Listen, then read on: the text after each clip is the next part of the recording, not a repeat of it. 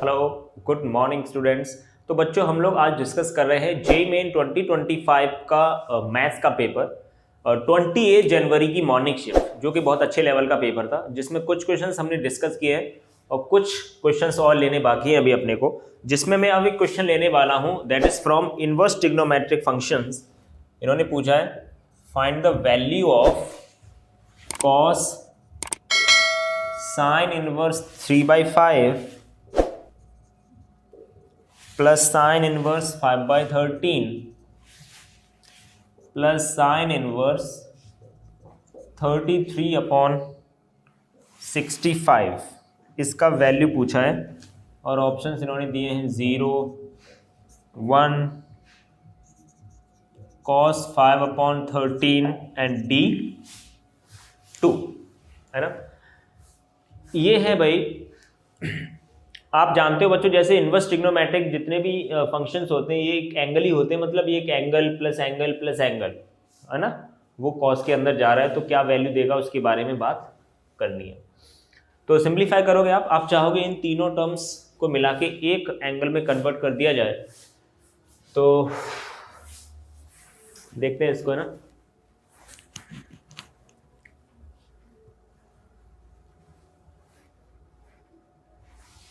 एक काम करता हूं मैं यहाँ पे, देखो sine inverse A plus sine inverse B की आइडेंटिटी आपको याद होनी चाहिए।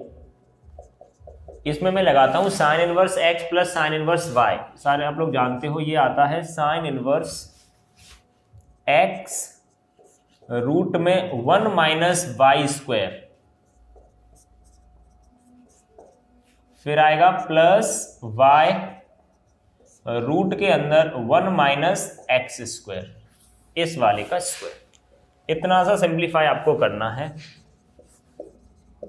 Sine inverse 3/5 plus sine inverse 5/13, है ना। अंदर से आप 65 का होल स्क्वायर एलसीएम लोगे तो बाहर रूट के निकलेगा वो 65 होके, और रूट के अंदर बचेगा यहाँ पे 65 का स्क्वायर माइनस 33 का स्क्वायर। एक रूट से बाहर निकाल लिया मैंने। 33/65 इंटू 169 में से 13 बाहर निकलेगा। फिर रूट के अंदर जब आप एलसीएम लोगे 169 माइनस 25 वो हो जाएगा 144, दैट इज 12। अब यहां पे इसको सॉल्व करना थोड़ा सा रहेगा। ए स्क्वायर माइनस बी स्क्वायर क्या होता है, एक बार लिख सकते हो आप a माइनस बी और एक बार a प्लस बी। मतलब 65 में से 33 गया तो बचेगा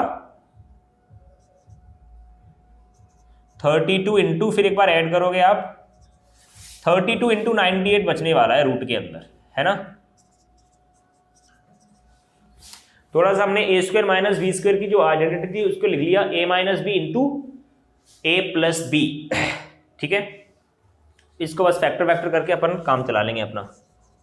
साइन इनवर्स 13 इंटू 65 तो एलसीएम आ गया, यहां पे बचा 12 इंटू 33। अब इसमें से क्या मुझे बाहर निकालना चाहिए, देखो 32 को लिख सकता हूं मैं 16 इंटू 2 और 98 को लिख सकता हूं 49 इंटू 2।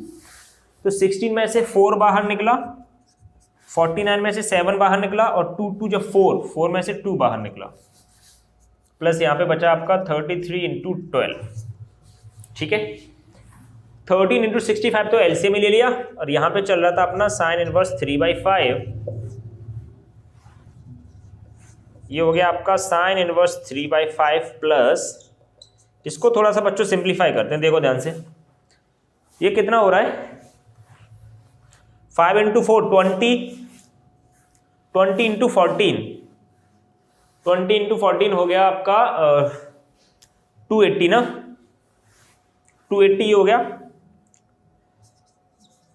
प्लस 12 इंटू 33 396 अपॉन चल रहा है 30 इंटू 65। अब इसको आपको बस सिंप्लीफाई करना रह गया है।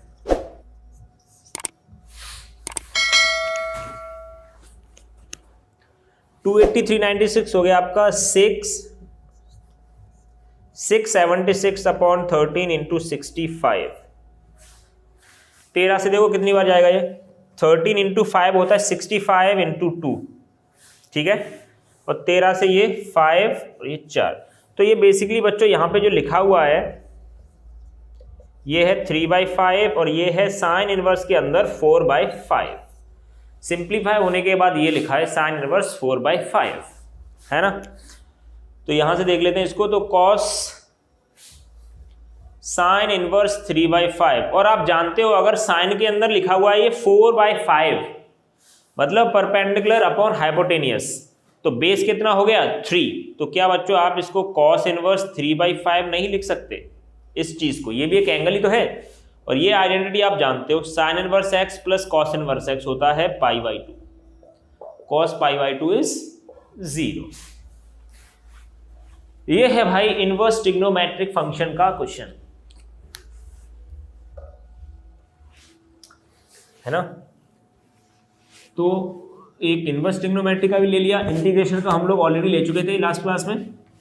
अब देखते हैं कौन से टॉपिक का क्वेश्चन पूछा गया है।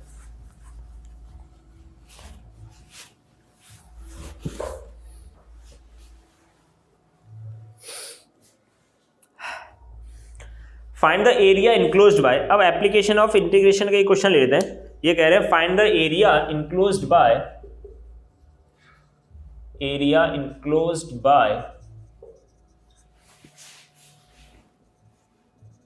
x, y such that 2 mod x plus 1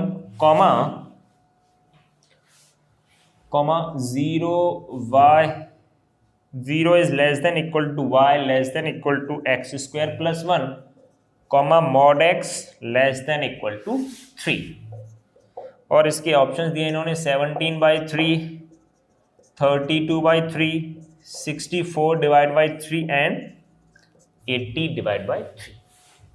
ये क्वेश्चन है आपका एरिया अंडर द कर्व का, जिसमें आपको 3 कर्व यहां पे दिए हुए हैं। और देखो इन दोनों में y को पॉजिटिव ले रहा है, वो y is greater than equal to 0, मतलब अबव द x एक्सिस की बात कर रहा है, जहां पे y कोऑर्डिनेट पॉजिटिव होगा।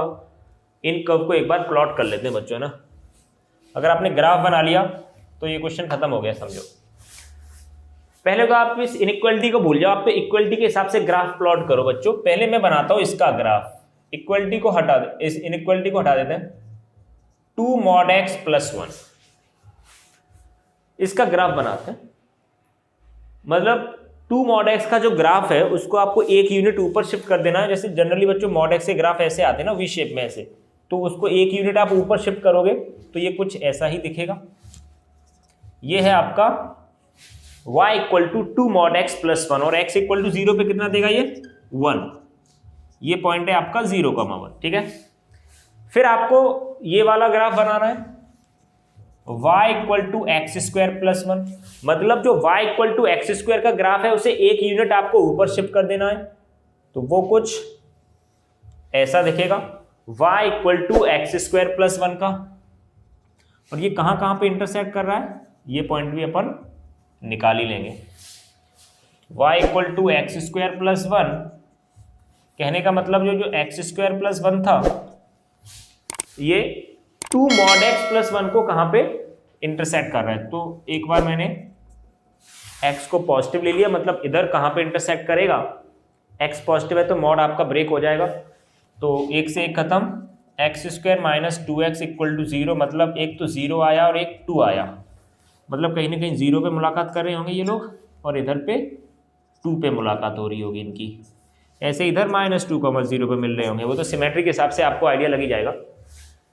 अब उसको प्लॉट करना रह गया, वो क्या है, mod x less than equal to 3, mod x less than equal to 3। ये इनइक्वालिटी आप जानते हो, ये -3 से 3 के बीच में आता है।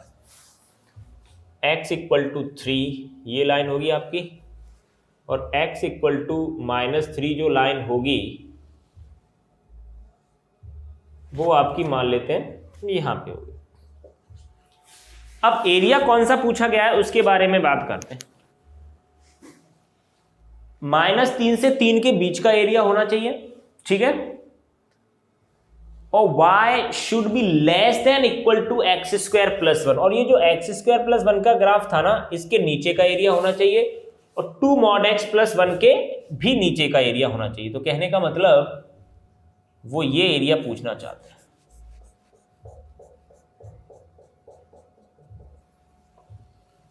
इधर भी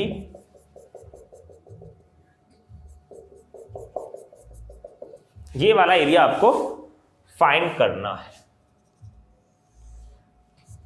है ना। तो बहुत ही आसान है बच्चों, मैं इधर का जो एरिया है उसको 2 टाइम्स कर दूंगा, जितना इधर का एरिया होगा उतना इधर का। तो जो रिक्वायर्ड एरिया है that will be 2 times of, पहले मैं 0 से 2 में जाता हूं। कौन सा ग्राफ आ रहा है, कौन सा कर्व है आपका, ये है y equal to X square plus 1। Okay, plus अब 2 से 3 में ये एरिया है, कौन सा है, ये वो लाइन है बच्चों। कौन सी लाइन है ये, y equal to 2x plus 1। जब x ग्रेटर देन 0 है तो वो लाइन कैसी दिखेगी आपको, 2x plus 1, because x is positive. तो 2 से 3 में आप चले जाओ, इसको इंटीग्रेट कर दो बच्चों, इस वाली लाइन को 2x प्लस 1 को 2 से 3 में, यही है वो रिक्वायर्ड एरिया। 2 टाइम्स ऑफ, इसको आप करोगे integrate, x cube by 3 plus x 0 से 2, 2x का इंटीग्रेशन हो गया एक्स स्क्वायर, 1 का x हो गया, ये हो गया यहाँ पे 2 to 3, और ओवरऑल 2 टाइम्स करना मत भूल जाना, क्योंकि जितना एरिया इधर का होगा उतना ही उधर का होगा। 2 times of x cube by 3 बोले तो 8 by 3 plus 2 plus 9 plus 3 12 minus 4 2 6 area आएगा यहाँ पे। तो यहाँ पे बचा आपका 8 बाई 3 प्लस 2 और 6 8, 24 और 8 32 into 2 64 divide by 3। C option correct हो जाएगा। ये भी एक अच्छा क्वेश्चन है एरिया अंडर द कर्व का, एप्लीकेशन ऑफ इंटीग्रेशन, जिसमें आपको केवल ये ग्राफ यहां पे बना लेना है ना, और कौन सा एरिया की बात कर रहे हैं वो इनइक्वालिटी के हिसाब से, अंदर का बाहर का, किस कर्व के अंदर का एरिया बोल रहा है या फिर आउटसाइड द कर्व, तो वो आप इस इनइक्वालिटी से इजीली समझ सकते हो, है ना। तो ये क्वेश्चन था, ज्यादा टफ कैटेगरी में तो नहीं रखा जाएगा, बट फिर भी सही क्वेश्चन है ना। इस टाइप के क्वेश्चन जनरली अपने को कराए जाते हैं क्लास में, ऐसी बात नहीं है। बहुत सारी इससे अच्छे लेवल के क्वेश्चन हमने किए हैं क्लास में, है ना। कुछ और इंटरेस्टिंग क्वेश्चंस करते हैं। 28 जनवरी जो कि बहुत अच्छी शिफ्ट मानी गई थी और बच्चों ने बताया है, तो हम लोग कुछ और क्वेश्चंस करेंगे नेक्स्ट क्लास में।